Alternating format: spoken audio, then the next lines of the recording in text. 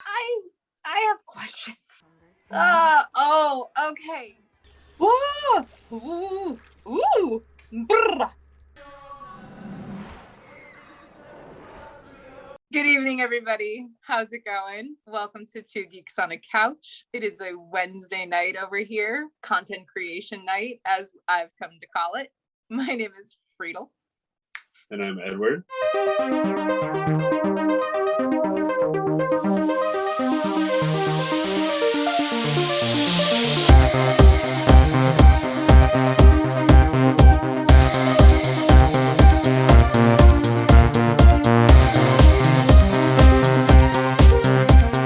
And it's still June. It is still June. This is true. I can confirm. Local calendars can confirm. And that means it's still Pride Month. So what movie are we watching tonight, Edward? So, in our quest to watch 113 horror movies, we've taken this diversion into queer horror, of which there isn't very much, but what there is kind of amazing. We've already watched The Babadook. Tonight we're watching, this is going to be different. Tonight we're watching Jennifer's Body from 2009, written by Diablo Cody and directed by Karyn Kusama.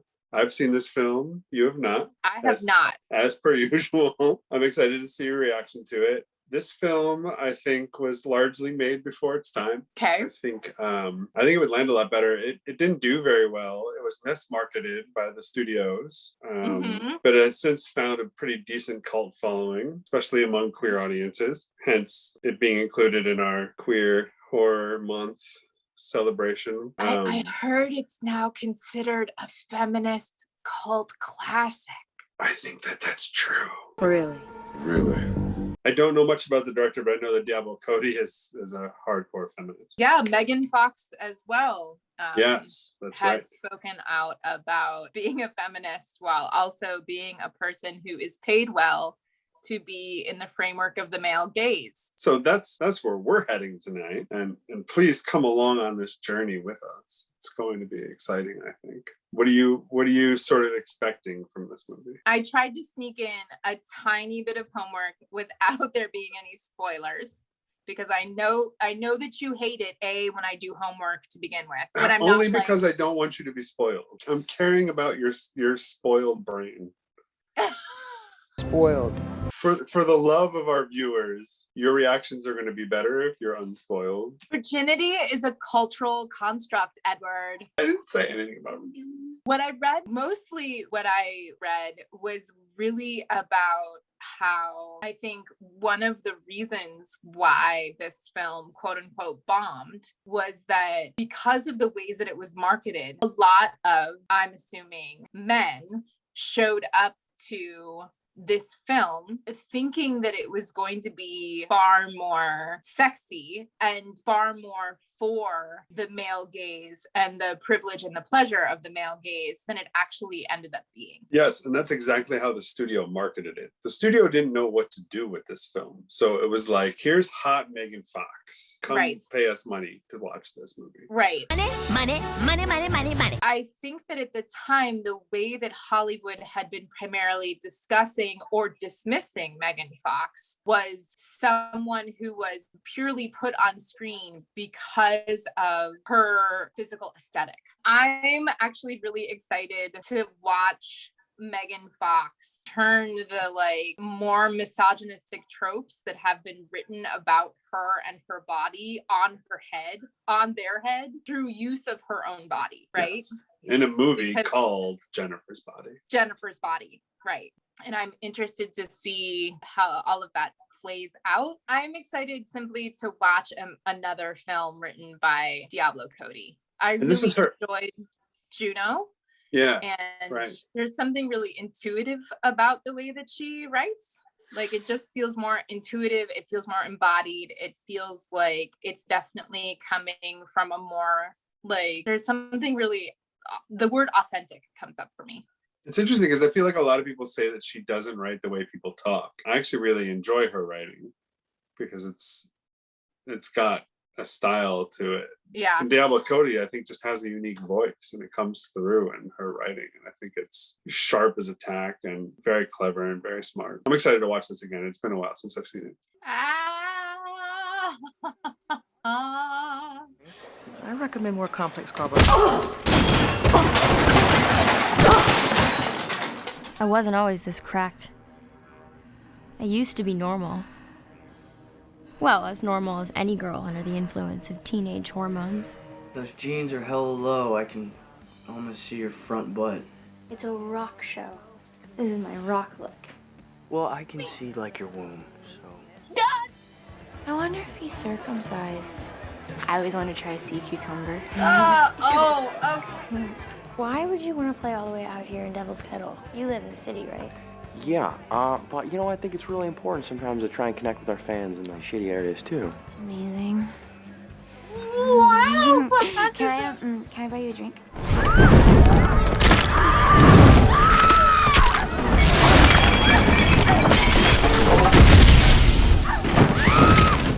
Oh, thank God you guys are all right. I've been looking everywhere for you two. Listen, it's dangerous out here. You want to head someplace safer, like my van? I'm in survival mode right now, and I want us to get to a familiar place. And right now, I feel like that's my van. Here, please, Nene, just stop it. Shut up. It's unexpected. Jesus Christ, there's somebody here. I'm all alone. I'm freaked out. Where's your mom? Swing shift. Swing shift. Okay. See?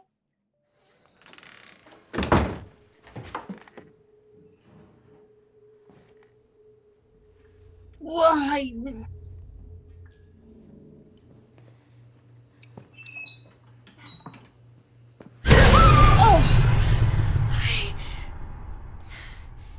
Oh, fuck. I'm not supposed to.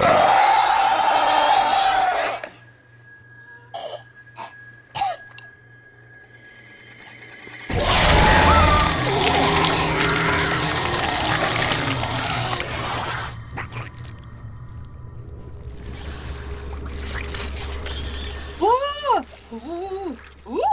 Brr.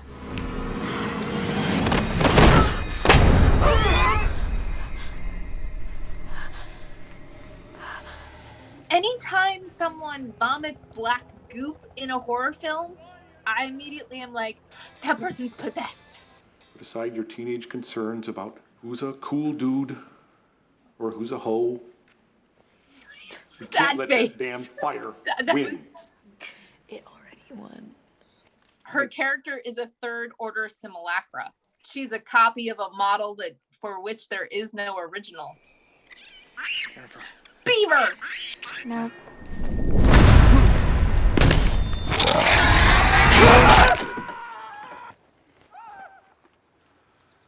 Let it all out, kids.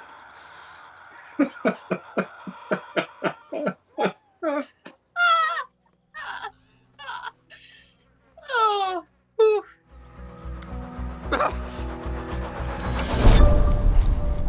Whoa. Virgin Mother. Scummy. Low Shoulder are American heroes? No, they're not. I was there, Chastity. I don't even know how that rumor got started. Rumor? Rumor? It's true. It's on their Wikipedia. We wouldn't even know who they were if they hadn't been playing that night. It's like I'm one of the normal girls. Are you PMSing or something? PMS isn't real, Needy. It was invented by the boy-run media to make us seem crazy. There's a midnight showing of Rocky Horror at the Bijou next weekend. I don't like boxing movies. Yeah, but it's not. Ugh. It's not a. He's into maggot rock. He wears nail polish. My dick is bigger than his. Well, I think he's really cool. You do? Yeah. Shit. Oh, puncture wound. God, that's so emo. I need you frightened.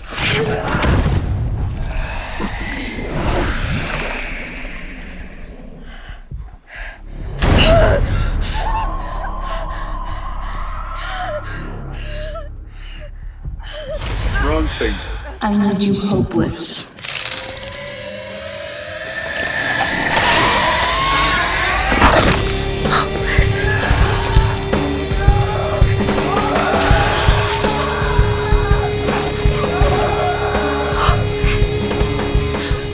kissing than any of the other kissing in this movie. More chemistry, anyway. Totally. How are you feeling about this? How am I feeling about this? Well, We're an hour in.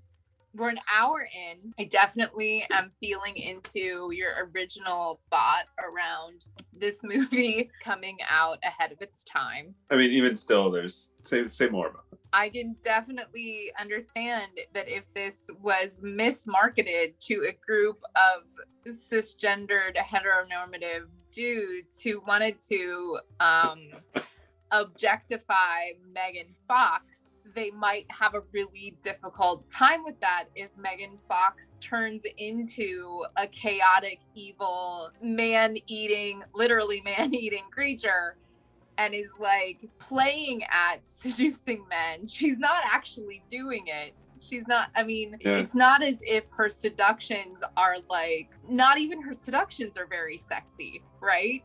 To the male gaze. Like within the framework of the male gaze, even the makeout scene or the kissing scene, making out, kissing, whatever, that's between Jennifer and Needy is completely removed from the male gaze within the context of the movie. They're not performing for anyone. They're actually having a very real moment of exploratory intimacy that has probably been building since childhood. Right.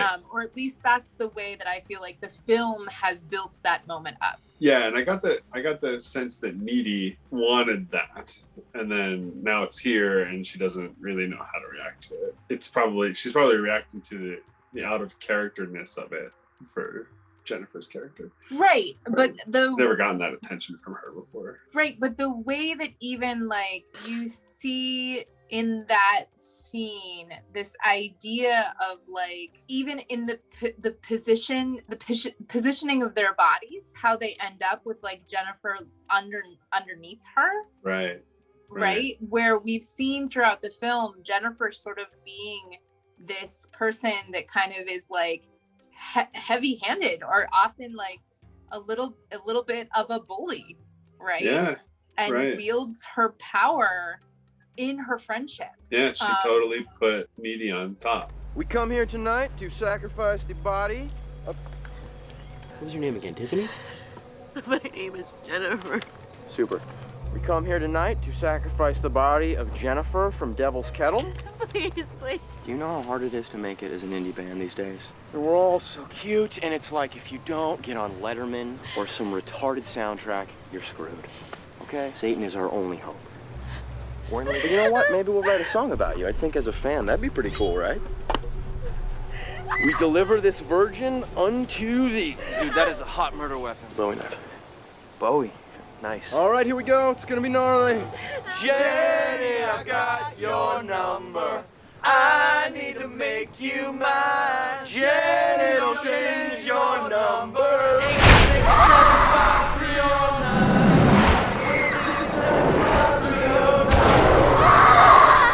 I'm sorry. They didn't take her into the woods to sexually assault her. They took her into the woods to sacrifice her in a satanic ritual, basically utilizing her body in yet another violent and non-consensual way to further their own personal and professional goals as indie musicians. Yes. God, Bob, that's brutal. So I did some research. Paranormal research. You're acting really fucked up. Please just let me show you. I have a question. I've been through the occult section at the library 5 times. Our library has an occult section? Yeah, it's The $12 orchid. Yeah. I am going to eat your soul and shit it out, Nikki! I go both ways. Ow.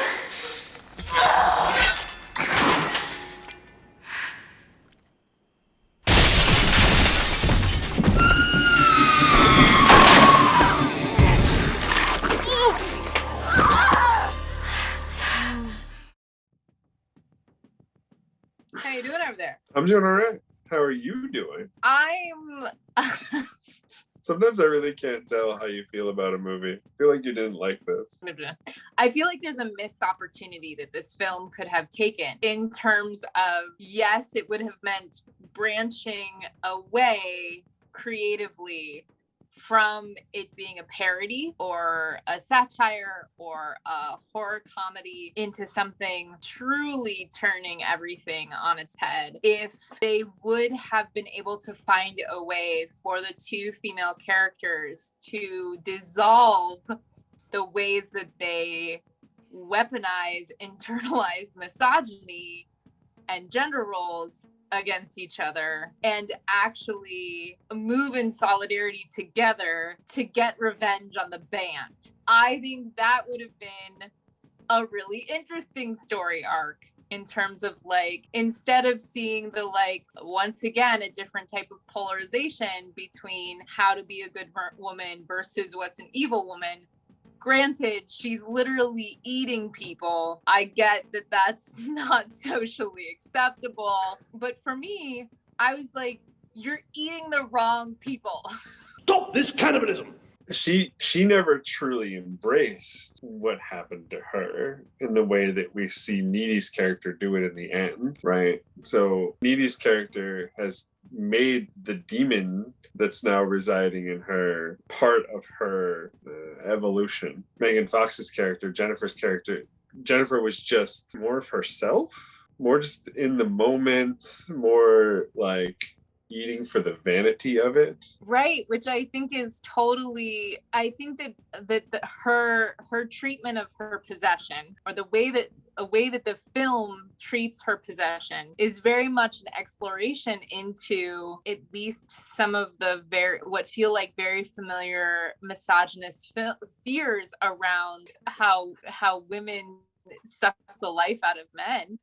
Like, it's very much a succubus mythology, right? Sure, right. And I guess that way, the idea of this being a revenge film kind of breaks down for a little bit. Because she doesn't directly go after the band. She just goes after the like shitty dudes in her high school. Let's go with the familiar trope of perhaps the quarter is a shit, because we all know some fucking jock who was a fucking asshole, and it's a common narrative cliche. Yeah, they don't even have to add much to his character. They just show him on the football field in his football jacket. And you're like, yeah, okay. Right, but this film also breaks down the shitty dude quarterback narrative by showing him being really vulnerable and crying at the death of his best friend, right. He is then comforted by like the skinny nerd next to him in class, right? Right. So I want this movie to like hang together a little bit more. I don't know. It's late. I feel I feel like what you're talking about happened at the end, just not in the way that you're describing, right? Like, right, she's so much more, whether it's the demon or some part of Jennifer came with her or whatever, like there's some combination of the two characters in Needy at the end. Right. But imagine, okay. And then she goes after the close your eyes. No, I hear you. Audience but how do you like close your eyes and imagine with me for a moment that sex scene did not go the way that it did, and Needy and Jennifer came to a place where Needy accepted being bitten by the demon in order to transfer powers as some greater plot line to get revenge together and to share power and resources together. I'm with you. I want to see that movie. What would I rate this film? My fourth favorite color of matte lipstick. It has to be matte, though. Fourth favorite color of matte lipstick? Yeah. Matte as in not shiny? Matte as in M-A-T-T-E. Right. Not shiny. not shiny, matte lipstick, at least 4 emo bands that nobody's ever heard of. Okay, 4 emo bands that no one's ever heard of. 4 emo bands who may be secretly Satan-aligned witches. Thinking about typing all of this out on the screen. Sorry, you asked. I did. And 1 spoiled romantic sushi dinner. Edward. Yes. I have given you my absurd rating. Had lots of 4s in it. My 4th favorite shade of matte lipstick. At least 4 emo bands that no one's ever heard of. Wow. Here's the thing. I'm realizing I'm having a really hard time rating horror comedies. I gave my ratings on horror comedies are all out of whack. You want to say more about that? Let's start there. Well, I gave Evil Dead a very low, or Evil Dead 2 a very low rating. I gave it an 8.2, and I gave Scream an 8.5, and none of that's right. That's all messed up. Because there's no way that Scream's a better film than Evil Dead 2? Yes. Sure. If I had to be stuck on a desert island and I could pick one of 2 horror movies, and those 2 horror movies were Scream or Evil Dead 2, I'm going to pick Evil Dead 2. Excellent attitude. Yeah, I'm rowing that boat with you. Okay. So resetting. Yeah. Okay. So setting some expectations. Yeah. Around. Yes. Okay. And I'm going to raise my Evil Dead 2 score to 9. I like this. I like this precedent setting of revisiting scores. Which is what your score was for that movie. Yeah. And I think that's accurate. That I don't need to go into why, because whatever. Right. We're not here to talk about that. We're here to talk about Jennifer's Body. So in my new approach to rating horror comedies, which I'm just going to rate them. I think I was trying to lump all horror together, and I think I need to pull horror comedy out over here, and it needs to have its own scale in my brain. And none of y'all need to know that, but that's what's happening. I think Evil it's great, Dead's a 9. and I think many people want to know it. Scream's a 8.5. I'm giving this an 8, which is maybe a tad high, but I enjoy this movie. It makes me laugh. I like the turn of the tropes on their heads. I love that the men are the victims. The characterless victims in this movie. I like that. And that's fucking rare. It is. No, horror. all of my facial expressions are about like the thing that I'm secretly like, I think I like this film better than I like Scream. I think you did too, which is why I was kind of surprised. But that being said, I'm giving it an 8. Okay. I was leaning on 8.2, but I'm just going to go with an 8 because it's not a perfect film, but stylistically it's spot on. It's super fun. I'd be really curious to hear some interviews with the director and Diablo Cody, just hear about like what their actual intentions were, regardless of what was sort of found in this movie later, because I don't think they're trying to be as deep as it has maybe turned out to be interpreted 12 years later, right? Like I think they were having more fun with it than is implied. I don't know. Hey everyone, we're back.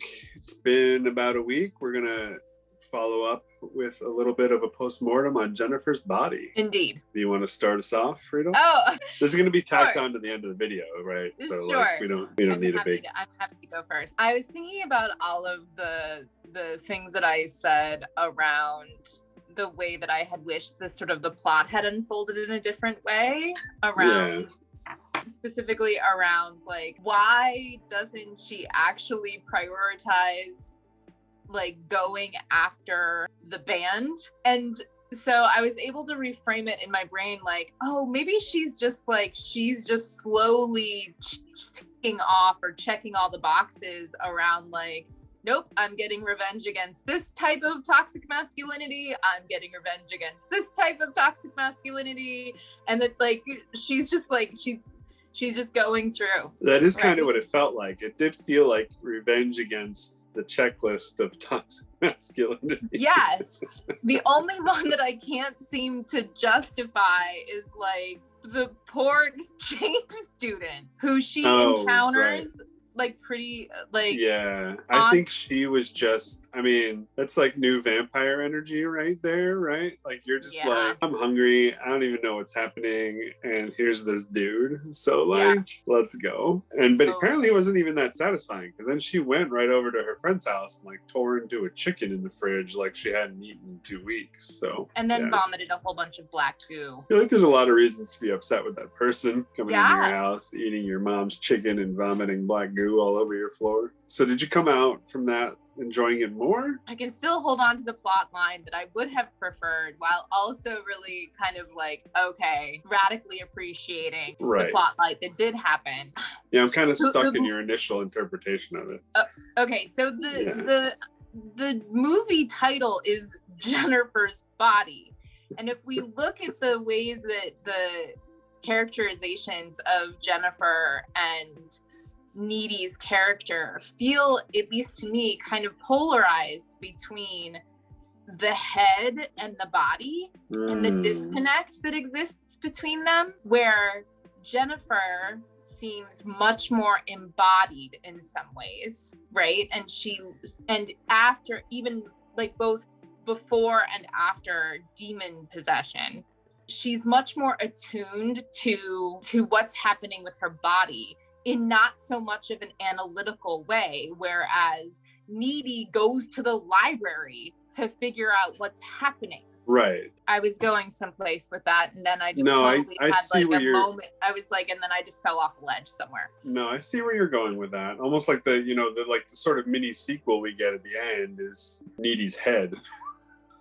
Or yes, or like sort of the combination of the embodiment and her, like the embodiment piece through being bitten, right? And still her thoughtfulness, her like more, I guess, less in the moment and more in the future, like more future oriented or more future planning. Yeah. I think too, part of it is that she's not the full demon Jennifer was, right? Like she didn't die. Right. And come back, completely possessed by hunger in the same way, right? Because she's been in this. It seems like a state penitentiary. Yeah, right. So she's been in there at least a bit, right? And she's certainly not eating people in there. No. Right? She's like just calculating and waiting for her moment to get out of there and go after the band. Yes. It's almost like a little bit of the demon is great for her, whereas a bit of the demon wasn't so great for Jennifer. I'm not sure that complete possession is great for anybody, but yes. This is fun. Yes. Moderation in all things, including moderation. I don't know. I'll take a little possession, please. Just a little.